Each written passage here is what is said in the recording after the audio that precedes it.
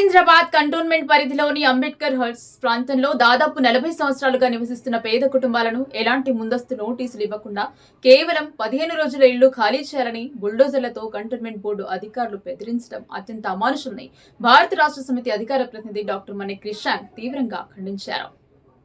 నేడు బుల్డోజర్లతో కూల్చివేతలు చేయడానికి అధికారులు చూసి భయాందోళనలో ఉన్న స్థానిక ప్రజలను కలిసి వారి సమస్యలను తెలుసుకున్న డాక్టర్ క్రిషాంక్ బీఆర్ఎస్ పార్టీ పేద ప్రజల పక్షాన అండగా నిలుస్తుందని భరోసా ఇచ్చారు.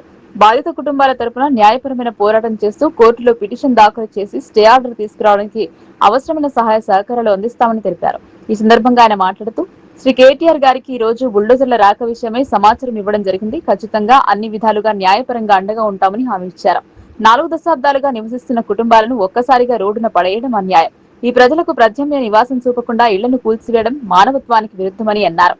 రాష్ట్రంలో కాంగ్రెస్ ప్రభుత్వం అధికారంలోకి వచ్చి దాదాపు 3 సంవత్సరాలు పూర్తవుతున్నప్పటికీ హైదరాబాద్ నగరంలో ఒక్క ఇందిరమ్మ ఇళ్లు కూడా నిర్మించలేదని ఆయన విమర్శించారు. ఇళ్లు నిర్మించాల్సిన ప్రభుత్వం పేదల ఇళ్లను కూల్చడంలో మాత్రమే ఆసక్తి చూపుతోంది. ఇక్కడి పేద ప్రజల గుడిసెలను కూల్చేస్తే వారు ఎక్కడికి వెళ్లాలి అని ప్రశ్నించారు. అలాగే బోయిన్పల్లి కంటోన్మెంట్ ప్రాంతంలోని 8 ఎకరాల ప్రభుత్వ భూమిలో 6000 ఇందిరమ్మ ఇళ్లు నిర్మిస్తామని కాంగ్రెస్ నాయకులు హామీలు ఇచ్చారని గుర్తు చేశారు. అయితే సుమారు 800 కోట్ల రూపాయల విలువైన ఆ ప్రభుత్వ భూమిని కాపాడటంలో ప్రభుత్వం విఫలమైందని ఆరోపించారు. ఒకవైపు పేదలకు ఇళ్లు ఇస్తామని చెబుతూ మరోవైపు పేదల గుడిసెలను కూల్చడం కాంగ్రెస్ ప్రభుత్వ ద్వంద్వ వైఖరికి నిదర్శనం. ఖమ్మంలో జరిగిన బుల్డోజర్ రాజకీయాలను ఇప్పుడు హైదరాబాద్ లో కూడా అమలు చేయాలని చూస్తున్నారు. హైదరాబాద్ నగరాన్ని మరో ఖమ్మంగా మార్చే ప్రయత్నాలను బీఆర్ఎస్ తీవ్రంగా వ్యతిరేకిస్తుందని డాక్టర్ క్రిషాంక్ పేర్కొన్నారు. ఇక్కడ బోయిన్పల్లిలో 8 ఎకరాలది ఉన్నది జాగా, అక్కడ 6000 ఇంద్రమ్మ ఇల్లు కడతాము అని చెప్పారు. ఇప్పుడు ఏమైంది, ఆ జాగా కూడా వచ్చి ప్రైవేట్ వాళ్ళు తీసేసుకున్నారు. ప్రభుత్వ భూమి అక్కడ 6000 ఇల్లు కడతారు అని అంటే కనీసం అరే రేపటి దినం 6000 కడతారు అంటే మీ కాడ వస్తాయి కావచ్చు అని మనం అనుకుంటాం. ఇప్పుడు అది కూడా లేదు, జాగా కూడా లేదు. ప్రైవేట్ వాళ్ళు వచ్చి గుండాలను 100 మంది గుండాలను పెట్టుకొని మొత్తం అక్కడ అంతా కూడా హద్దులు పెట్టేసుకున్నారు. వాళ్ళు 10 రోజులు అయితే 10 రోజులు ఇప్పటి వరకు ఎమ్మెల్యే గారు ఒక్క మాట మాట్లాడారు. మీ ఇల్లు మీ గుడిసెలు కూల్చేసిన తర్వాత ఆ ఇంద్రమ్మ ఇల్లు 1 సంవత్సరం కడతాడా 2 సంవత్సరాలు కడతాడా ఆయన మళ్ళా ప్రభుత్వంలోకి వస్తాడా దేవుడు ఎరిగిగా. అప్పుడు మీరు కిరాయిలు ఎక్కడ బతుకుతారు ఇక తెలియదు లేదు.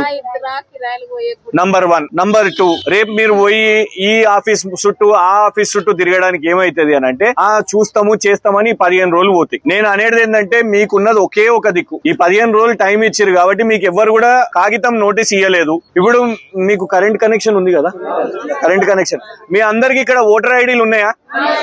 ఓటర్ ఐడి అందరికి ఉన్నది కదా.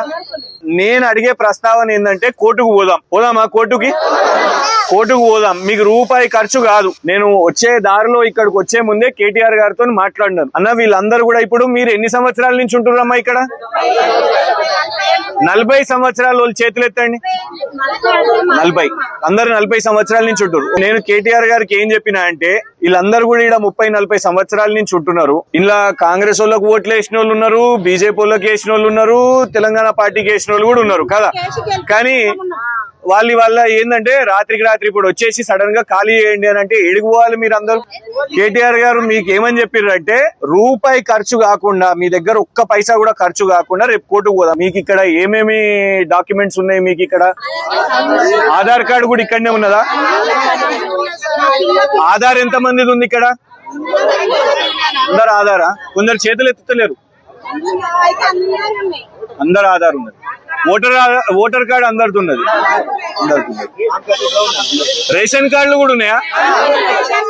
ఈ 3 జిరాక్స్లు తీసుకోండి. బిల్లు కడుతున్నారా? బిల్లు కట్టిరా? ముందు ఎప్పుడన్నా కట్టిరా? బిల్లులు కూడా కట్టిరా ముందు? కరెంటు బిల్లులు రెగ్యులర్ గా. అయితే ఓటర్ ఐడి కార్డు ఒక xerox, Aadhaar card xerox, ration card xerox, current bill xerox. ఈ 6 గ్యారెంటీలు పక్కన పెట్టాం. వాళ్ళు మర్చిపోయారు దాని గురించి. అసలు మిమ్మల్ని నమ్మించే మీకు అది ఏంటది, అది బస్సులో ఫ్రీ చేపించిండు అని వీళ్ళ దగ్గర టికెట్ పైసలు పెంచిండు. మీకు బస్సు అన్నాడు, ఇప్పుడు ఏకంగా ఇల్లే గుంజుకుంటుండు. ఆ బస్సు వదిలేయండి, మీకు 2500 రూపాయలు ఇస్తా అన్నాడు కదా.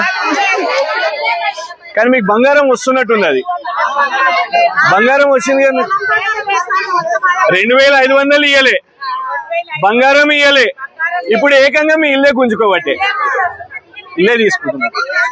ఫ్రీ టికెట్ గా ఫ్రీగా ఇల్లు తీసేసుకుంటున్నారు. ఇక్కడికి వెళ్ళి నాకు తెలిసి 5 నిమిషాల దూరమే. మీరు అందరు పోయి చూడండి. ఆ బోయిన్పల్లి మార్కెట్ పక్కకే 8 ఎకరాలమ్మా, 8 ఎకరాల జాగా, 800 కోట్ల జాగా, ఒక్కొక్క ఎకరం 100 కోట్లు. అది మీకేమన్నా ఇల్లు కట్టిస్తాడా అనుకున్నాం, మేము కూడా నమ్మినాం, సంతోషపడ్డాం. అరే కట్టియ్యా అంటే రాత్రికి రాత్రి గుండాలు దిగిరు, మొత్తం వేసేసుకున్నారు. అక్కడ లోకల్ వాళ్ళు పోతే వాళ్ళ మీద దాడులు చేస్తున్నారు. అది పరిస్థితి అక్కడ. నిన్న పోయి కలెక్టర్ గారిని అడిగినాం, అమ్మ మాకేం లేదమ్మా, మీరాడ పేదలకే ఇల్లు కట్టియండి, ప్రభుత్వం పోయి కొట్లాడండి, ఆ జాగా వాళ్ళకి ఇప్పియండి. 800 కోట్ల జాగా ఎవరో ప్రైవేట్ ఓనుకో, వాడేదో మాల్ కడతాడో షాపింగ్ కాంప్లెక్స్ కడతాడో కాదు. 6000 ఇల్లు వస్తే మనం అందరం కూడా సంతోషంగా ఉంటాం. మీరు ఒక్కటే ఆలోచించండి అమ్మా, 10 నెలల ముందు ఒకటే మాట చెప్తాను నేను చివరిగా, 10 నెలల ముందు ఎమ్మెల్యేనే 6000 ఇల్లు కట్టిస్తా ఆ జాగలా అని చెప్పినోడు ఇలా 10 రోజుల నుంచి గుండాలు వచ్చి అక్కడ కూర్చొని ఉంటే ఒక్క మాట ఎందుకు మాట్లాడాడు ఆలోచించండి.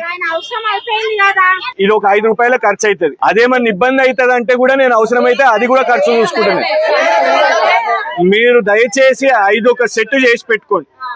మీరు ఇక్కడికి వెళ్ళి ఖాళీ చేసి వెళ్ళిపోవాలని చెప్పి వీళ్ళందరూ కూడా, ఒక్క నిమిషం అమ్మా కూర్చోండి, ఒక్క 2 నిమిషాలు కూర్చోండి. వీళ్ళందరికీ ఆధార్ కార్డులు ఉన్నాయి ఇక్కడ, ఇదే అడ్రస్ మీద ఆధార్ కార్డులు ఉన్నాయి, ఇదే అడ్రస్ మీద ఓటర్ ఐడి కార్డు ఉంది, ఇదే అడ్రస్ మీద కరెంట్ కనెక్షన్ ఉన్నది, ఇదే అడ్రస్ మీద రేషన్ కార్డు ఉన్నది, ఇదే అడ్రస్ మీద గ్యాస్ కనెక్షన్ కూడా ఉన్నది. సో వీళ్ళు ఇక్కడ ఎన్నో సంవత్సరాల నుంచి ఓట్లు వేస్తున్నారు. ఇవన్నీ కూడా వాళ్ళకు ఉన్నాయి కాబట్టి దయచేసి వాళ్ళందరూ కూడా మిమ్మల్ని కోరేది ఏంటంటే, కోర్టులో ఈ ఒక్కొక్కళ్ళ దగ్గర 5 తీసుకోమని చెప్పినాం. ఇవి సెట్